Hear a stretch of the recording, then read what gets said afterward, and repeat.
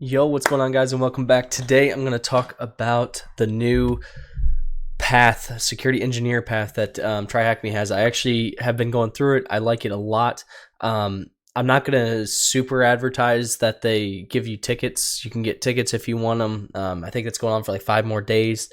The main reason I'm not going to super advertise for it is because 99% likely the tickets you're going to get are like a streak freeze, meaning like your streak can continue if you use them.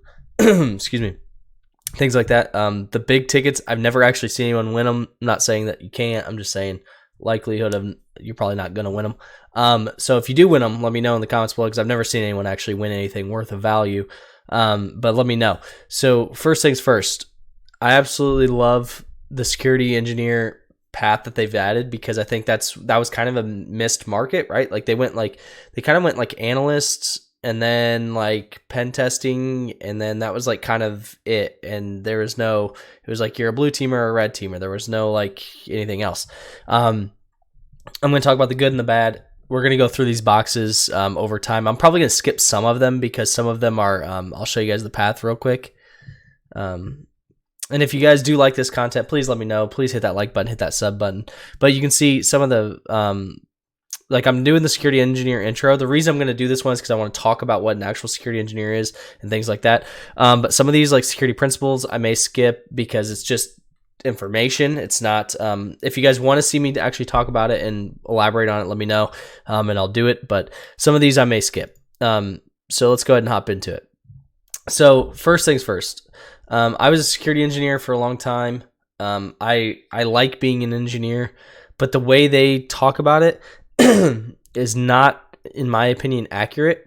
But they do say in here that it is a very broad subject, which it is. So first things first, if you guys want to see more of my content, check out the Patreon, check out the Discord. We do live streams on the Discord every week, and then the Patreon gets access to my notes and stuff that are getting updated almost daily. So let's go ahead and dig into this. So I'm not going to explain to you why organizations need security. You should probably know that if you're in this field. Now, here's where I say I disagree with a little bit of this. The role of a security engineer, keeping it in view the above-mentioned need for security, organizations hire security engineers. In order to hire a security engineer, an organization perceives a security engineer as someone who owns the overall security of an organization. That's not necessarily true. That's more of a security architect. But it all depends on the organization, right? Some organizations have it laid out where they have an engineer and then like a SME or something. But most organizations, from what I've seen, you will have like an analyst, right? And then you'll have like a senior or a SME, and then you'll have an engineer, and then maybe an architect. Okay, that's kind of what I've seen. Now, I'm not saying that every organization's like that. I'm not saying that at all. Every organization has their own titles, their own way of doing it. Where they lose me on this is 0 to 2 years of experience with help desk. Now, 2 years experience with a SOC, maybe. But 2 years of help desk, you're probably not going to qualify as an engineer. That's where you lose me a little bit. Again, not every organization is the same. An engineer may be a lower term in the organizations that they're talking about. But if I'm having someone design my security for my company, I want more than 2 years at help desk to design my security, right?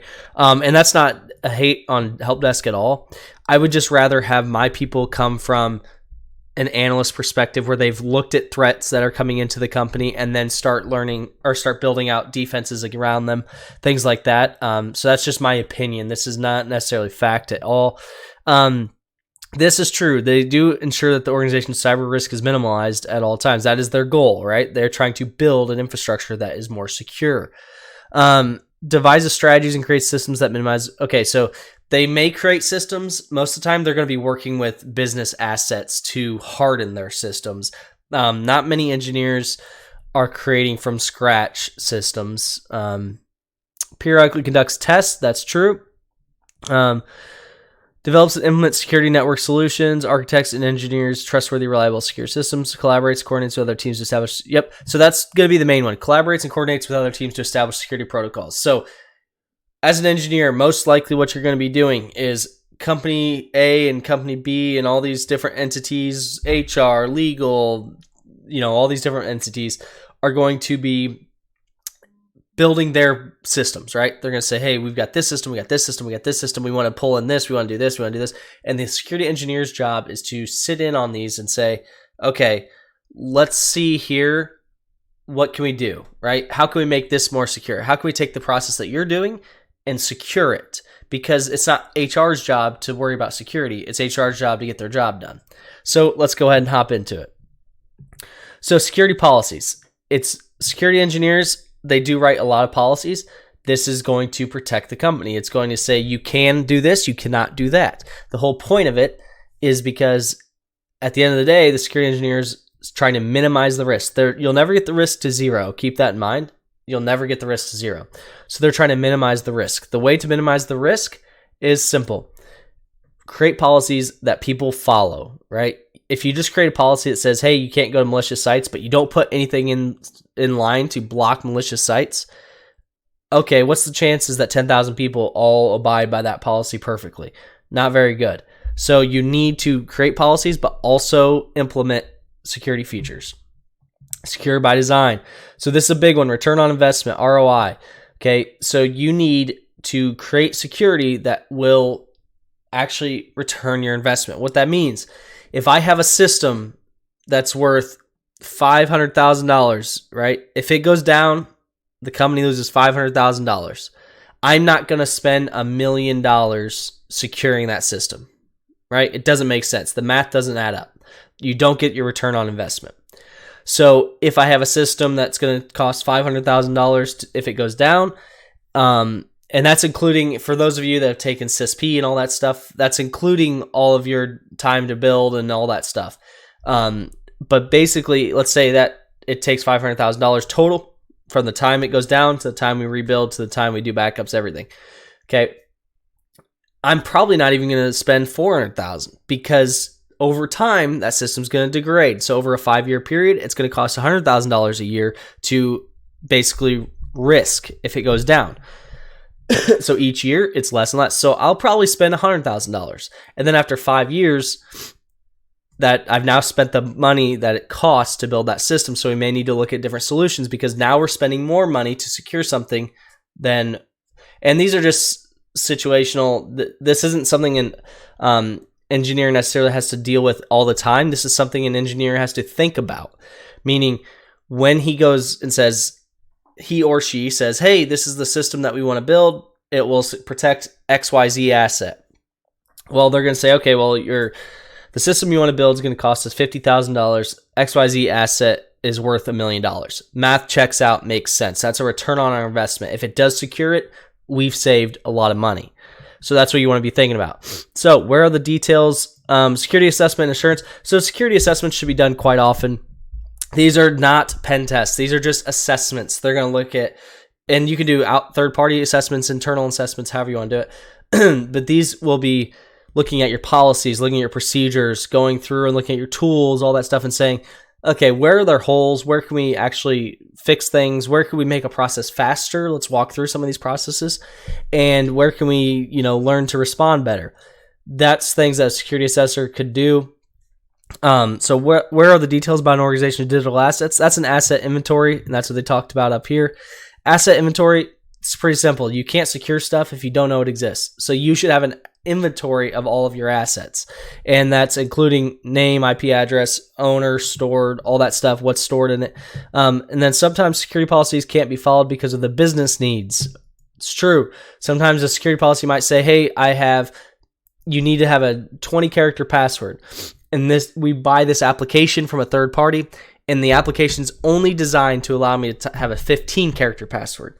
Well, I didn't create the application. I bought it, right? So I can't change it. I need to actually use it the way it is. So I need to get an exception. I need to go to the CISO and say, hey, I have to have an exception for this because the application does not follow our procedures or our standards. So can you give me an exemption? And they do. Now, they won't always give you an exception, obviously, if it's something crazy. Now, what philosophy, if followed, provided the most return on investment? Secure by design. Pretty self-explanatory. Secure by design. If you design it securely, you don't have to go back and try and fix it or try and add security. That's where costs come in, because now you're trying to basically reverse engineer the entire application or system or procedure to then add security later. If you do it when it's built, saves you a lot of money and a lot of time. Okay, ensuring awareness. So as a security engineer, you might be tasked with maintaining certain security awareness levels. Now, this is true at some times. Now, keep in mind, some of the responsibilities we're talking about may be spread out. A security engineer may not be in charge of all of them, but may have, a foot in the door of all of them. Now, humans are the weakest link. That's just a fact. It's unequivocally proven. It's a fact. Humans are the weakest link. So a security engineer might start running phishing campaigns. He might do USB drops. He might do things to alert people of what's going on. He may walk around and just check on people, see if they're following best procedures. He may find people that are going to malicious sites all the time and say, hey, here's why they're malicious. Just trying to spread awareness. There's many ways of doing this, and that's one of the ways. Now, managing risks. This is pretty easy, or pretty self-explanatory as well. Security is essential business because ignoring it can result in a lot of things, right? Sometimes a decision has to be made to accept a risk. So this is where a security engineer comes in. Your job as a security engineer is not to tell someone you cannot do this because it is insecure. Your job is to say, here's the risks involved. If you want to accept them, that's fine. But here are the risks. My job is to inform, as a security engineer, to inform and to guide, right? My job is not to tell you what to do. It is to let the business make the decision with the most information they have. And then my job is to manage those risks as best as possible. For instance, they may say, hey, we know that we have to we have the server that's outdated and the OS can't be updated, whatever, but it's going to shut down the whole business if we turn it off. And you say, okay, let's see what we can do, right? Okay, we can't update it because it can't restart it. Okay. Let's say we update it and it breaks, right? So we can't update it. We know that. Let's start going through some of the patches and see what we can apply manually without applying the full service packs. That will harden some of those systems. Let's say TLS 1.0 is on it, and that's one of the patches is going to fix it.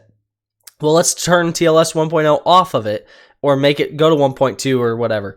Then we harden that system without having to apply that patch and didn't break it. Now, that's what a security engineer has to figure out, right, is what they can do, work around those. Now, change management, this is just a fundamental job function, and that is change management, right? Things change. An organization changes how they're working, how they're commuting, how they're talking to customers. Everything about an organization is always changing. So, sorry guys, I'm not doing so hot. So, let's say here's an example. Let's say they want to upgrade their e-commerce module of its website for its corporate customers. The new module will require risk assessment, penetration testing, blah, blah, blah. Security engineer ensure that all these requirements are fulfilled. So when they're doing change, he's part of that process, and the security engineer, security engineer has a list of things they need to check on when they're doing change management to make sure that changes are done properly. Vulnerability management, self-explanatory. They are up to date on vulnerabilities, making sure the scans are being ran, making sure they know what's vulnerable, it's getting patched, all that stuff. Compliance and audits. Everybody that's in security knows a compliancy and audit requirement is done for every company. Basically, long story short, if you have certain types of information, you're going to get audited a certain way. It is up to the engineer to help with those audits, provide the information that's needed, and move those audits along, as well as try and remediate some of that stuff. What's considered the weakest link in an organization's security? Humans, 100%. No questions asked. An organization's security involves with the organization. What helps the security engineer keep the organization secure? Change management. When things change, he needs to be a part of it. All right, managing security tooling. He should be in charge of fine-tuning and configuring the different security tools. He should also have a decision-making. Now, when I say he, I'm saying he or she. They should have decision-making capabilities, meaning if they want a new tool, make sure when they get that new tool, the engineer had a say in that security tool. The reason is, excuse me, the reason is if an engineer doesn't have a say in it, and then this tool gets implemented, whatever, it may be implemented incorrectly because it may be an experienced person that did it. The other thing is an engineer may already have a plan in place for whatever tool you're trying to do. And now you have two of the same tool and you've just wasted a lot of money. Now, tabletop exercises, these are running through scenarios. Hey, we get a phishing email, someone clicks it, we've got ransomware now, how are we responding? And then you'll have everybody in the room around the tabletop, and you guys will be simulating going through so what I mean by that is you're not all going to have your computers going through, okay, I click here, I do this, I'm doing this. It's going to be, okay, here's how I'd respond, and I would alert my manager. Now, my manager, he's sitting right there. He'd say, okay, here's how I respond, and I'd alert the CISO. Now, here's how he responds, and so on and so forth. And they walk through it so that way when a situation does occur, it's not the first time they've ever heard of it or seen it. Now, was a theoretical exercise carried out to gauge the operational readiness? Tabletop exercise. What is the priority of the management in case of a disaster or crisis? Business continuity. This is what's the plan to get business back up and running. And the tabletop exercise is to improve as much as you can on those processes as well. Okay, so we're going to go ahead and try to get the flag. So, high external pen tester vendor performed virtual APT of XYZ's external facing infrastructure. Please find the attached report. Okay, so we're going to look at the report. Okay, so it looks like a MySQL vulnerability. We could do some research on the CVE if we were that interested. Vulnerability in the MySQL. Okay, so upgraded solution. Upgrade to the latest version of Oracle MySQL. Now, here's the thing. There's certain things that you need to know as an engineer. Your first thing you need to do is get rid of the vulnerability, but also not affect the business because you don't know what's in this. So we would restrict accessibility of the server only through a VPN or internal network. That's because we don't know yet. Now you can see it says here we should upgrade to version 1.02 of OpenSSL, and we may do that. But the first thing we're going to do is lock it down. Nobody can access it that doesn't need to. Oh, I'm sorry, this is a different one. But the first thing we do is lock it down. The reason is we want to keep business flowing. We don't want to patch it necessarily yet because we don't know if that will break it. So we need to do some research. Now, here is an OpenSSL. We need to upgrade to the version 1.02 of OpenSSL. Okay, so here, now this one, I believe you want to patch it, but we'll see before we click. Yeah, so it's the same thing. It's the restrictive accessibility. And I understand why they're saying that because you don't know what will break. But I'll tell you, you could do very minimal research on that one and patch. When it says patch the vulnerability, I'm not saying patch the server. I'm saying you could have upgraded the SSL version as long as you communicated that with the business. So these are some of the decisions you need to make as an engineer. When you patch something like that, keep in mind all those connections. If the other application doesn't support that TLS version, it will break. And that's why they probably said restrict access. But in my opinion, even with the VPN and the internal network, I would have upgraded it. Now, here a carefully crafted request so upgrade to Apache HTTP version 2.4, and this one will patch the vulnerability, because that one won't affect people the same way. Audit observations. Okay. So this is an external audit compliancy report. Okay, so though most systems had the latest OS operating system, some legacy systems that support XYZs didn't have the latest security updates. These systems are older, and installing security updates on them might break the functionality. So here's a situation that could happen where you may be in trouble, right? So what do? Well, if we install the security updates, we know it'll break. They said that. If we rebuild them, then we're really looking at some downtime, right? If we keep it as is, there's nothing we're doing. We're just allowing a risk. That's not good. So we want to restrict accessibility. Okay. They have some assets in the cloud and others on-prem. It was observed that the cloud assets were not integrated into the SIEM. So if we keep it as is, again, we're just not doing anything. That's not right. Rebuild the applications on the cloud to on-prem. Nope, that would take forever and kind of defeats the purpose of the on-prem and the cloud. forward cloud logs to the SIEM regardless of concerns. No. Aggregate cloud logs in a single place, forward the logs from that place to an on-prem network using a restricted tunnel. That sounds a lot more secure to me. Bingo. And then there's our flag, security engineers rock. Now, the conclusion, security engineer. I'll tell you this, it's a great job, great career. I will tell you, I think they undersell it a little bit in the sense that they do a good job of outlining some of the responsibilities, but I think they undersell it in the sense they're saying 2 years experience. I wouldn't expect, I say expect, it's possible for sure. I wouldn't expect to have 2 years help desk and go straight to an engineer position. But that's just me. Keep in mind, some jobs, some corporations, some orgs, they do not consider an engineer title the same as what I'm talking about. What I mean by that is, in most orgs I've worked in, an engineer is a high title. In some orgs, an engineer might be a low title because you might not actually be technical. You might not be hands-on. It might just be policies, procedures, assessments, things like that. It just all depends on how the organization is laid out. But an engineer's position is really cool. It's one of my favorite positions I ever held. And the reason for it is because I got to affect change on the entire organization. And things I did actually changed how everybody worked, right? So that's a really cool feeling. So hopefully you guys like this box. Hopefully you like the content. I know this is just an informational box and super easy, but I want to walk you guys through what an engineer actually does versus what they say. And most of it's fairly accurate, don't get me wrong, but I think they were just off on a few things. So hopefully you guys like it, and hopefully you guys have a great day. Thanks.